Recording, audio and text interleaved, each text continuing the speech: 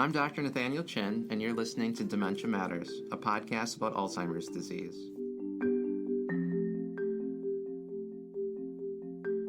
Dementia Matters is a production of the Wisconsin Alzheimer's Disease Research Center. Our goal is to educate listeners on the latest news in Alzheimer's disease research and caregiver strategies. Thanks for joining us. Welcome back to Dementia Matters. It's estimated that 4.3 million older adults across the United States live alone with cognitive impairment, representing roughly a quarter of the total number of older adults experiencing mild cognitive impairment or dementia. With such a significant number of people living alone with limited to no support, how do these individuals navigate the challenges and concerns that arise due to these memory and thinking changes? And what recommendations are there to support them as they continue to living independently? Joining me to discuss this is Dr. Elena Portacolone, a professor of sociology in the Institute for Health and Aging at the University of California, San Francisco, as well as a Pepper Center scholar in the Division of Geriatric Medicine. Dr. Portacolone is the principal investigator of the Living Alone with Cognitive Impairment project at the University of California, San Francisco, which focuses on enhancing the well-being of people living alone with cognitive impairment in the United States through research, identifying best practices for aging in place and developing public policy recommendations. Dr. Portacolone, welcome to Dementia Matters. Oh, thank you. Thank you very much. In the start, how did you get involved with aging research, and how did this specific project focused on those aging and living alone start for you? So I've been just interested in aging because I just felt a strong affinity towards older adults. I don't know exactly why. Maybe because I was raised a lot from my grandmothers, and I focus on living alone for different reasons. One, my mentor, Sharon Kaufman, who was an anthropologist, asked me to focus on big phenomena. So to look at big trends and also to look at big research questions that could make a really big difference if if addressed. And also another mentor, Margaret Locke, another anthropologist, shared with me and others that it's really important to follow our passions. And then on a personal note, I observed myself. I lived in a household with 6 people: me, my 2 brothers, my parents, my grandma, in Italy. And I lived with 6 people until I was 26. And then I moved to the United Kingdom, and I started living alone, and I could, I could feel the big difference in positive or as well as negative about living alone, and I've been living alone now for 30 years mostly. And so there's been a lot of reflection about that. And also my father, he died alone while he was living alone in London, because during the week he was working in London. He was commuting from Italy and London. He had a asthma attack in the night, and he was when he was 49. And that also unconsciously, it took me many years to realize that, also pushed me to better understand how to support older adults who live alone. So a combination of many factors. And also when I started doing some interviews as a PhD student, I noticed that some older adults started sharing with me their challenges, and they told me that they were not sharing their challenges with the social workers or with clinicians. So I started saying, wow, this is really, and the challenges were really big. and so these are the different reasons that led me to studying living alone in old age. And there's a lot of intersection there and a lot of personal experience. So thank you for sharing that.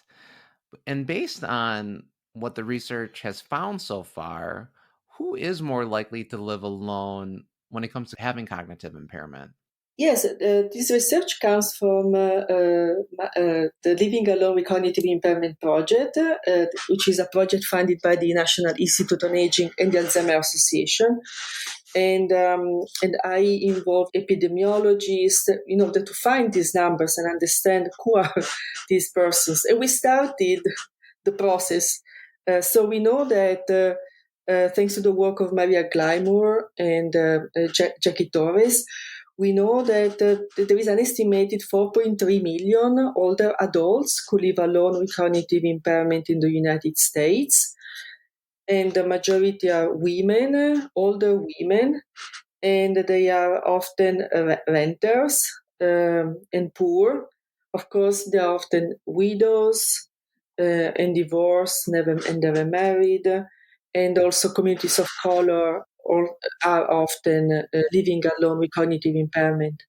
We needed to consider that 1/3 of older adults in the United States, of adults age 65 and over, live alone in the United States.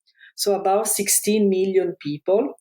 And this percentage, this proportion increases with age. So for example, 42%, so almost half of women over 75 live alone.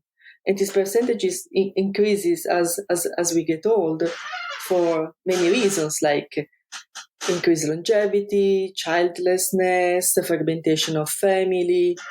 And so now you can see that also cognitive impairment, which includes mild cognitive impairment to advanced dementia, then increases with age.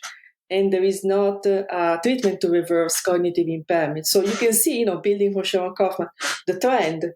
And I could see the trend in my first research where I interviewed 49 older adults living alone in San Francisco. And for me, it started becoming normal that they were forgetting my visit, they forgetting that I already met them. It was getting normal. And then I realized, wow, this is not really normal. And so then I look at the literature, and that was 15 years ago.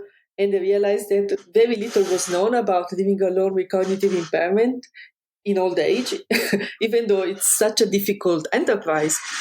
And so then I said, wow, this is really something I need to focus on. And so then I focused my research program on this population. And rightly so, because the more I started spending time with these older adults, the more I could see their incredible challenges, sometimes insurmountable challenges to live alone in old age here in the United States. And I do want to go there because I think that's so important. It's hard to live alone in general, but of course with cognitive impairment, I would imagine it's even harder. And so what challenges are you seeing in individuals living alone with cognitive impairment? What are they experiencing? What are the things you're learning in your research? Yeah, I think maybe before answering that question, I think would be just good just to reflect for a few minutes on what it is to live alone, because for some of us it's something new. So live alone means that okay, you got a lot of independence, nobody's checking on you often, and so there is this immense freedom, and it's actually quite exciting. But also there is a lot of responsibilities, because then you have to pay the taxes, pay the bills, pay rent or mortgage, and take out the garbage, the mail, deal with neighbors, good or bad, understand who you want in your home, who do not want in your home. And so whether to rent a room or not, the heat, heating expenses, whatever. I'm just, just giving you a list. Oh, what to eat tonight? Nobody's cooking for me. Where do I get the food? Where do I buy the food? And all these actions are quite easy to do in our adulthood or young age.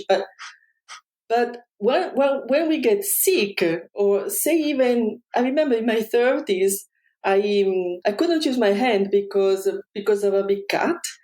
And I said, oh my God, I can't I can do the dishes, I can do anything, I can go shopping. And at the time there was no Instacart.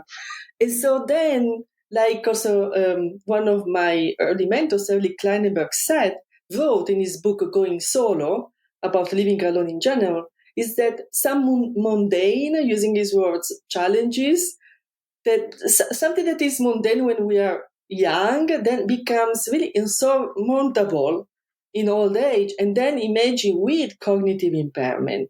So imagine, so with cognitive impairment is hard. The first thing that gets really hard is managing money, managing bills, managing the mail, and then also understanding how to go to doctor's appointment, managing appointments, understanding who to trust, who not to trust. So these are the daily, and often the challenges are so big that the older adult living alone with cognitive parent just focuses on the daily, say, okay, I just can focus on the day.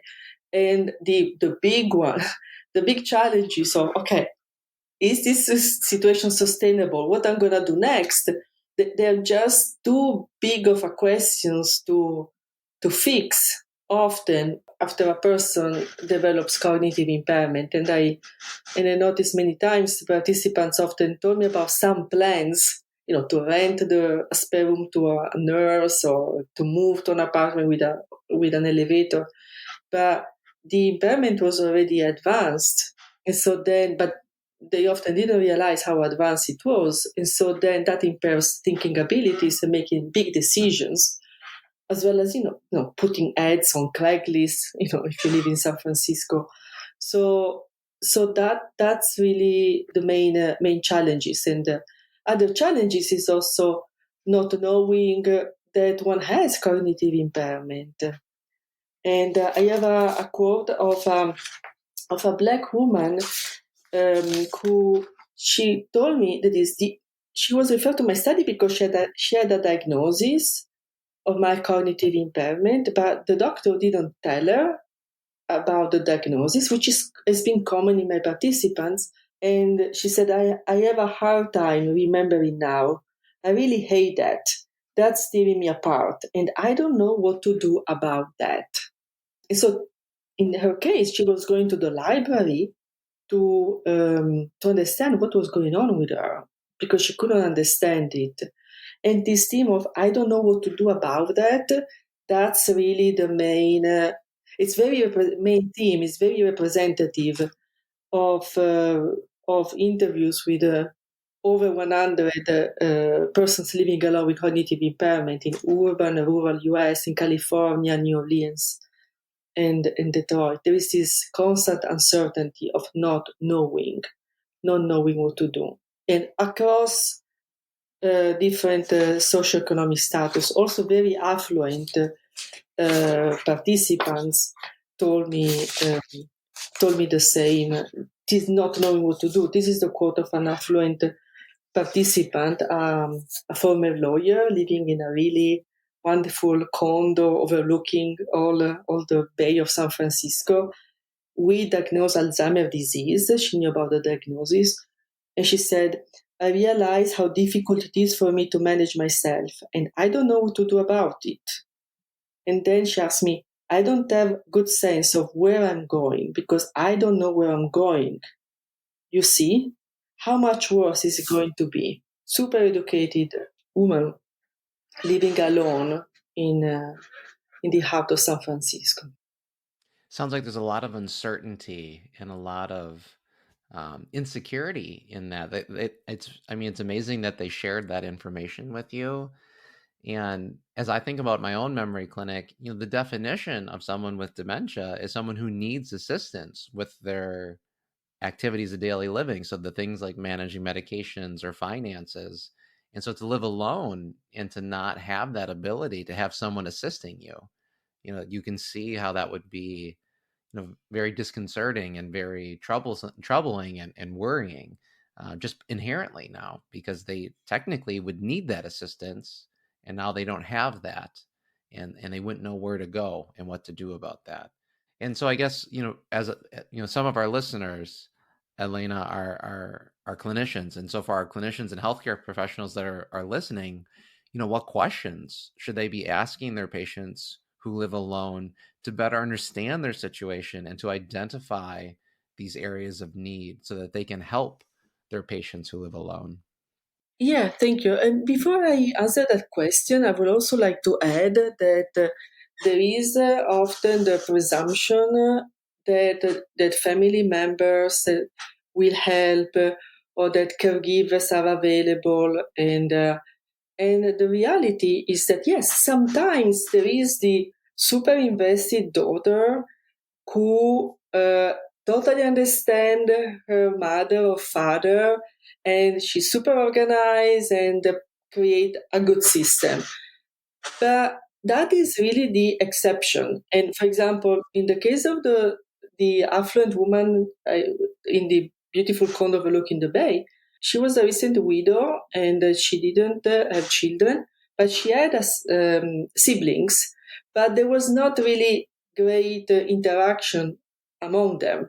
And the black woman who was going to the library to understand what's going on, she has a daughter, but the daughter, and I spent time with the daughter.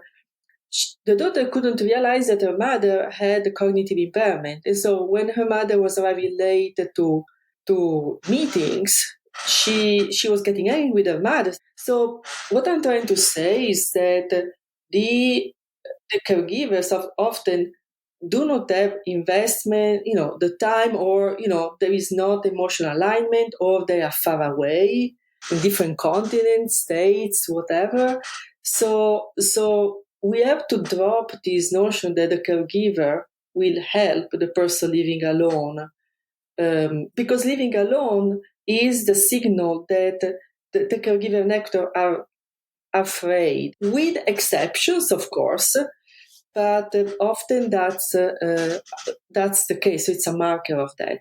And so building on building on what about professionals, clinicians, and other professionals can do? Well, number one is that it's really important to establish a deep trust, to establish a therapeutic alliance with the patient who live alone with cognitive impairment.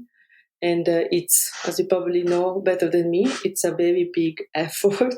It's a majestic effort, and because it's really important to acquire the trust of the person living alone with cognitive impairment. Often, a big fear of these persons is that the professional may evict him or her or them.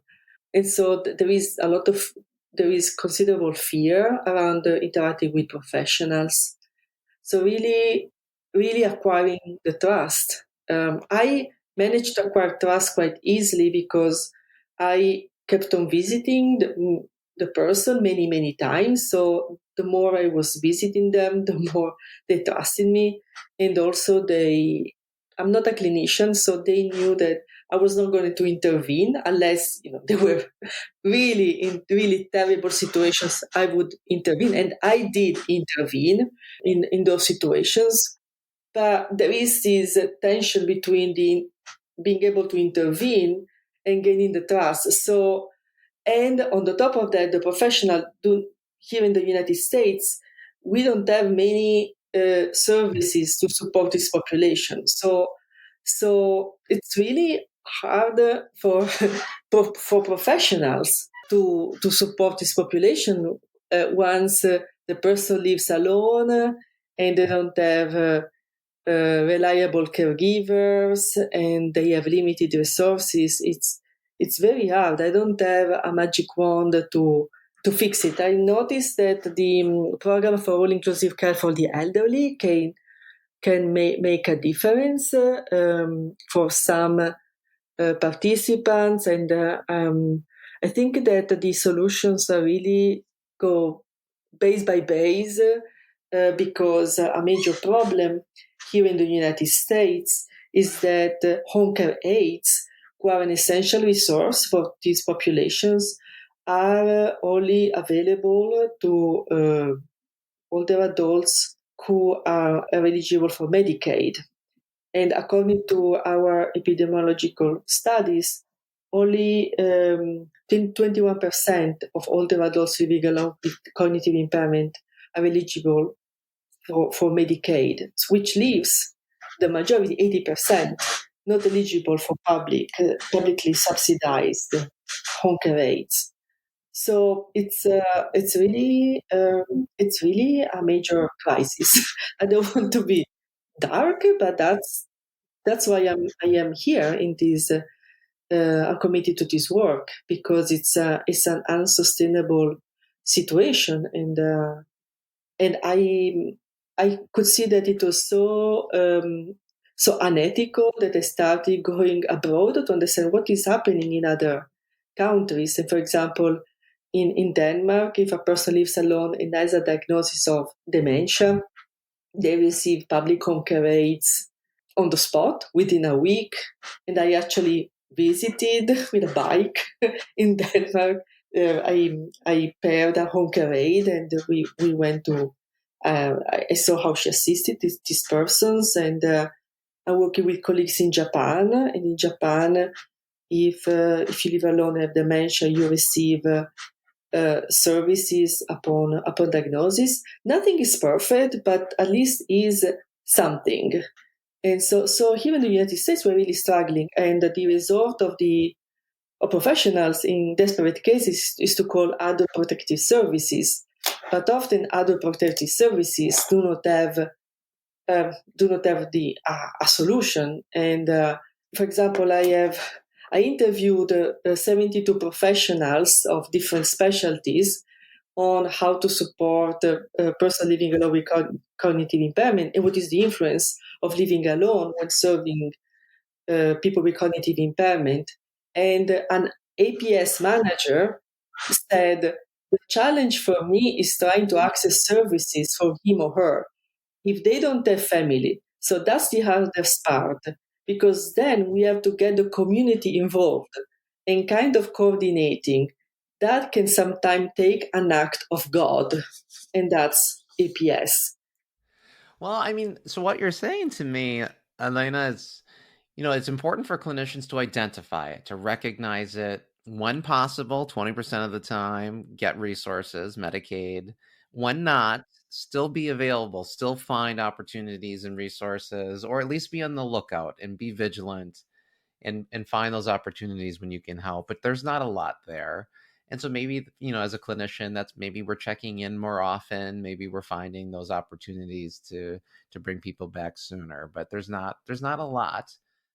Yeah, there is actually a light in this situation, which is the guiding and improved dementia experience, which is a national model that was launched by the Center for Medicare and Medicaid Services last July 1st.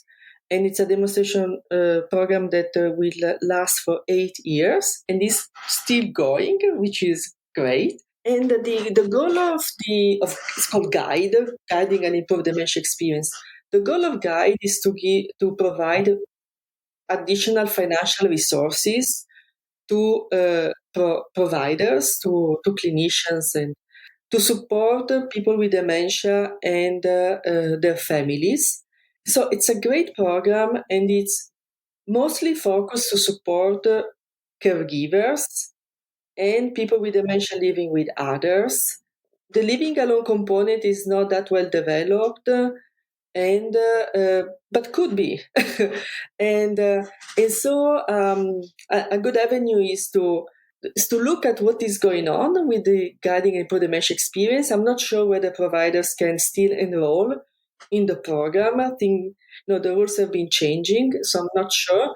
And then, if when you're enrolled, then you can highlight any modifications to the program to support people living alone with dementia. So that's a really good avenue.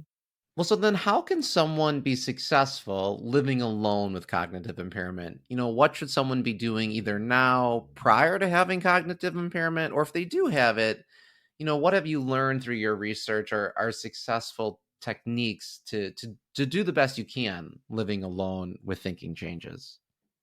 So the ideal is to get organized sooner, very, very soon, if we develop cognitive impairment. So it's just important to just plan, to really do really good planning with our finances and making very big decisions in our 60s or 70s. So that is the time to move to a place without stairs, a place nearby the nearby shops, nearby groceries, a place maybe with if we have a spare room or if we are affluent, we have maybe a spare studio. Next, now is the time to find someone we trust to start helping us with groceries. Maybe even a young couple or a family.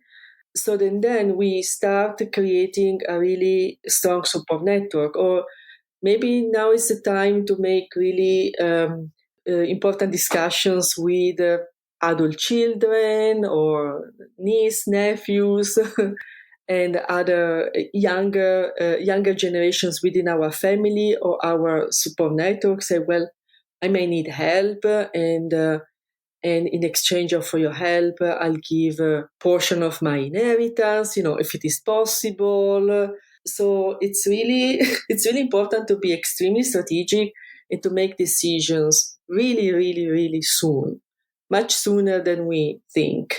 Because then once we get older in our 70s, 80s, then all of these big decisions are really hard to make. And then, unfortunately, as we get older, the likelihood of developing some chronic disease increases, such as cognitive impairment, but also cancer, diabetes, you name it.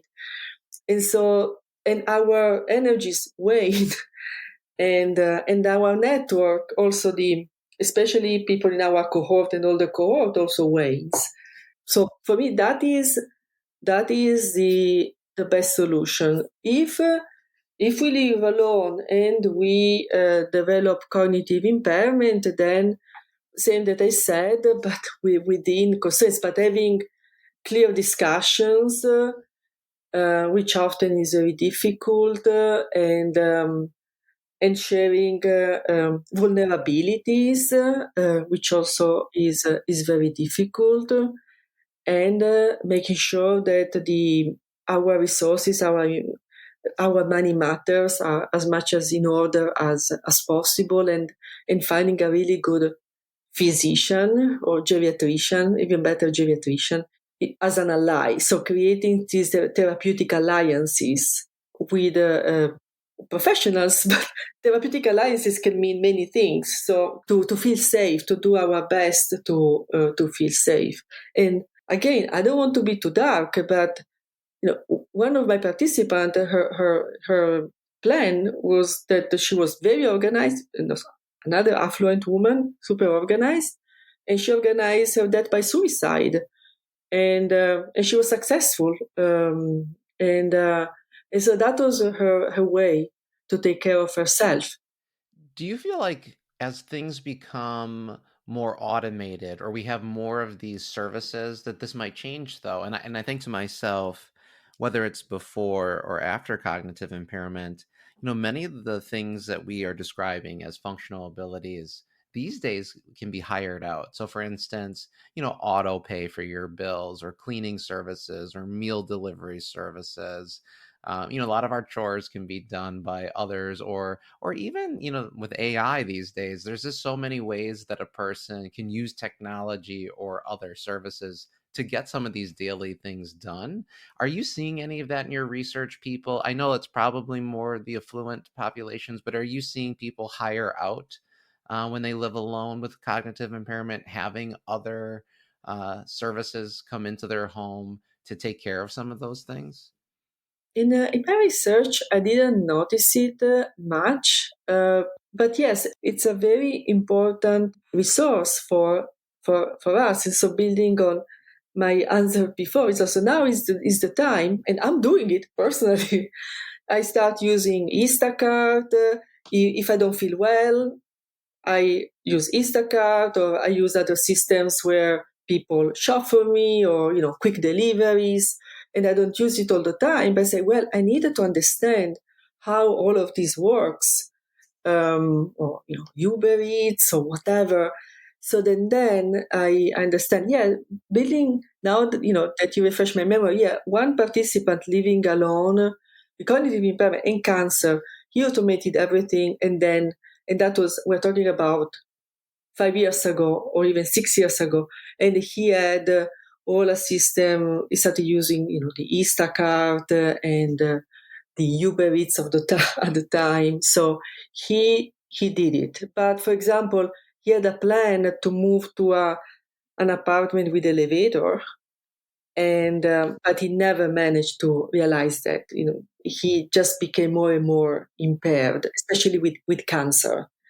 Cancer was really what debilitated him the most. Elena, one of your earlier answers, you'd mentioned that sometimes you actually had to get involved when a situation felt dangerous. And I'm wondering, are there some telltale signs when someone can no longer live alone? And what should we as individuals be on the lookout for to know when we should call for help, when something has gone too far and we should be worried about someone living alone? Yeah, and I don't know whether the right way of phrasing this question is someone that cannot live alone anymore. I think maybe it's more general about someone not being safe anymore. Because maybe this person could continue living alone if it is regularly checked and some better systems are in place.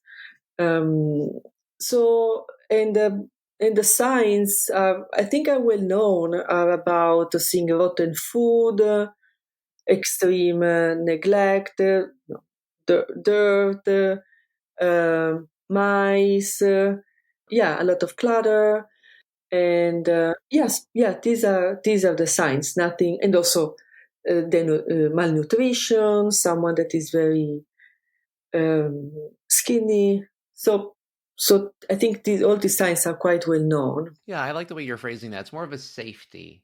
People can live how they choose, but it's more of a safety to themselves and their well-being. That's what really prompts more of a concern. Yeah, because imagine, you find this situation, and you clean someone, a professional, cleans the house and make sure that the food is received on time, and make sure that all of the gas stoves are removed and everything is electric, like it happens in Denmark. So then the person can still live in their home, and someone checks with them daily, and that is feasible. Well, to end today, what are the next steps going forward for your project and your work? In the next 5 years, what do you hope to accomplish? And where do you hope the field in dementia research and care develops? So I'm particularly concerned about supporting older adults who live alone with cognitive impairment, who do not have a social network, that may end up being assigned to guardians, and that may end up often in emergency departments, and maybe be identified in emergency departments. So I started a partnership with Andrew Cohen, who is an associate professor at Yale, as well as with Janelle Taylor, who is a professor in Toronto University. And I started designing with them projects on how to identify older adults who live alone with cognitive impairment, who are especially at elevated risk for guardianship, stay in emergency department, it's called frequent flyers in hospitals. And so how to identify them sooner rather than later, and then how to support them, and then also how to leverage the guiding and improve dementia experience in order to support this population. And then I also started partnerships with colleagues around the world, Sweden, in Japan, in the UK, in order to make comparative studies of living alone with cognitive impairment and understand what policies make a difference. So then what I learn abroad then can benefit the older adults who live alone with cognitive impairment in the United States. I can see how your work directly translates into public policy and the need for change. So thank you for what you're doing, and thank you for being on the show today. So Dr. Elena Portacolone, yeah, and thank you for the great work you're doing. I certainly hope to have you back on in the future. You're welcome. You're welcome. Thank you for listening to Dementia Matters. Follow us on Apple Podcasts, Spotify, or wherever you listen, or tell your smart speaker to play the Dementia Matters podcast. Please rate us on your favorite podcast app. It helps other people find our show and lets us know how we're doing. If you enjoy our show and want to support our work, consider making a gift to the Dementia Matters Fund through the UW Initiative to End Alzheimer's. All donations go toward outreach and production. Donate at the link in the description. Dementia Matters is brought to you by the Wisconsin Alzheimer's Disease Research Center at the University of Wisconsin-Madison. It receives funding from private, university, state, and national sources, including a grant from the National Institutes on Aging for Alzheimer's Disease Research. This episode of Dementia Matters was produced by Caitlin Rowerdink and edited by Alexia Spevacek. Our musical jingle is Cases to Rest by Blue Dot Sessions. To learn more about the Wisconsin Alzheimer's Disease Research Center, check out our website at adrc.wisc.edu. That's adrc.wisc.edu. And follow us on Facebook and Twitter. If you have any questions or comments, email us at dementiamatters@medicine.wisc.edu. Thanks for listening.